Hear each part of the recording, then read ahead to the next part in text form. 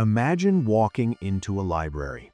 You pull an old atlas from the shelf, dated 1600s, and right there, between Europe and China, you see a massive territory, Grand Tartaria.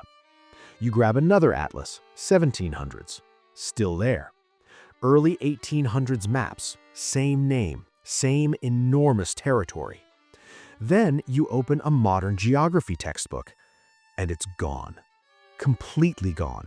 No trace, no mention, not even a footnote. How does a territory documented on hundreds of maps across 3 centuries vanish overnight? This is one of the most fascinating mysteries captivating millions of people today, and we're going to explore it together. Let's start with the most undeniable piece of evidence. Did Tartaria actually exist? Historians agree on one thing. It was on the maps. From the 1500s through the early 1800s, French, Dutch, German, and English cartographers all documented the same vast region. From the Caspian Sea to the Pacific Ocean. From Siberia down into Central Asia. Some maps even showed distinct divisions: independent Tartaria, Chinese Tartaria, Russian Tartaria. This wasn't one map maker's mistake. This was 3 centuries of independent documentation by cartographers across dozens of nations. But then, somewhere in the mid-1800s, it began disappearing from maps.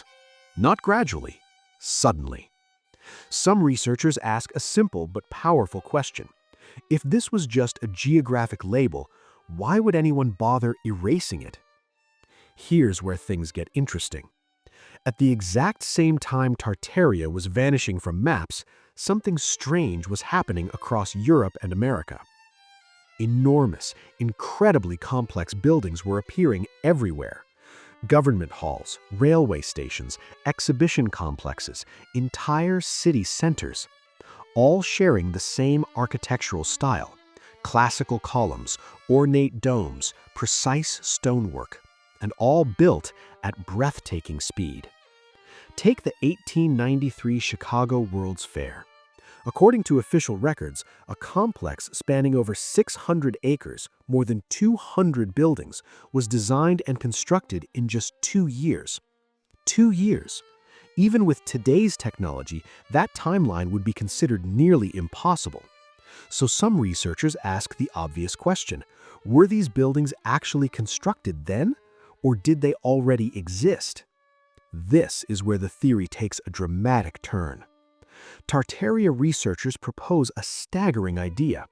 These buildings weren't constructed for the exhibitions at all. They were already standing. The government simply renovated them, put them on display, and then demolished them afterward. And their evidence? The question of motive. If you invested enormous resources building something magnificent, why tear it down the moment the fair ended? The official answer: these were temporary structures made from plaster and fiber materials. But look at the photographs. Do those buildings look temporary to you? The theory doesn't stop there. Walk through any major city built before 1900 and pay attention to something most people never notice. In many older buildings, the first floors appear to have sunk into the ground. Windows sit at sidewalk level. Original entrances are now below street level. Take Seattle.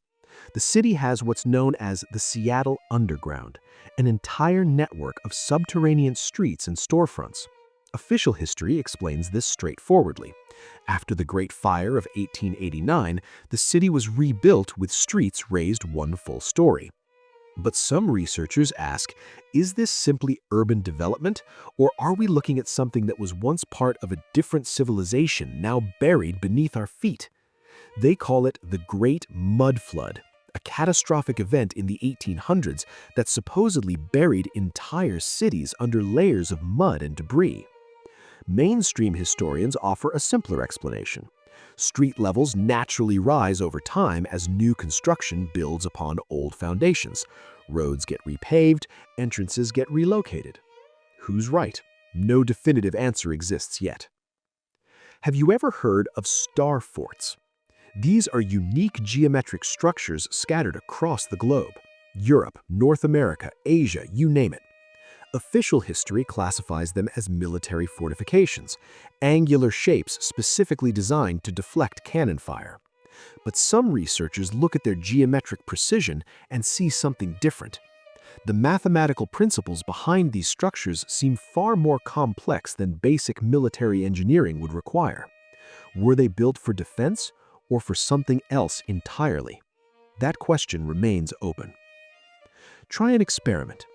Walk into any cathedral or grand government building constructed in the 1800s and speak. Your voice travels in ways that feel almost impossible. Sound resonates and amplifies with extraordinary precision. Official architecture has a straightforward explanation. Skilled designers have always accounted for acoustics. It's a well-understood engineering principle. But some researchers ask a different question. Were these buildings designed purely for beautiful sound, or was sound itself a form of technology? Modern physics has confirmed one thing. Certain frequencies can influence matter at the molecular level. Sound waves can levitate objects, alter the properties of materials. Did an ancient civilization master this technology before we understood the principles? That question has no answer yet. Now we reach the most extraordinary part of the theory. Look again at the grand buildings from that era. Doorways rising 12, 15, even 20 feet high. Staircases with steps unusually large for normal-sized people. Ceilings 3 times higher than anything we build today. Official history explains this as architectural grandeur. Designers simply wanted to create spaces that would inspire awe. But some researchers push further. If this was purely for visual impression, why do even the functional details follow the same oversized proportions? And then they point to 19th century American newspapers. Reports from that era describe discoveries of unusually large skeletal remains during construction and mining operations, documented in dozens of separate accounts across the country. Smithsonian Institution records from this period reportedly mention acquisitions of unusually large human remains. But today, none of these skeletons can be found in any museum collection. The mainstream explanation, most of these newspaper reports were sensationalist journalism, an unverified genre that was extremely common in that era. Were these skeletons real, or was it simply the yellow journalism of the time? Tartaria researchers tie all of these threads into one overarching theory. The major catastrophic events of the 1800s and early 1900s, the Great Chicago Fire, the San Francisco earthquake, World War I, were not random tragedies. They were coordinated efforts to destroy the last remaining evidence of the Tartarian civilization. Official history treats these as unrelated events shaped by natural forces and human conflict. But researchers ask one pointed question. Why did these events occur precisely during the period when Tartaria was disappearing from maps? Here we find ourselves facing 2 entirely different worldviews. The first, history is exactly as we learned it. Tartaria was simply a geographic label for scattered nomadic peoples. The buildings were constructed when records say they were. The skeleton reports were journalistic exaggeration. The second, history has been rewritten.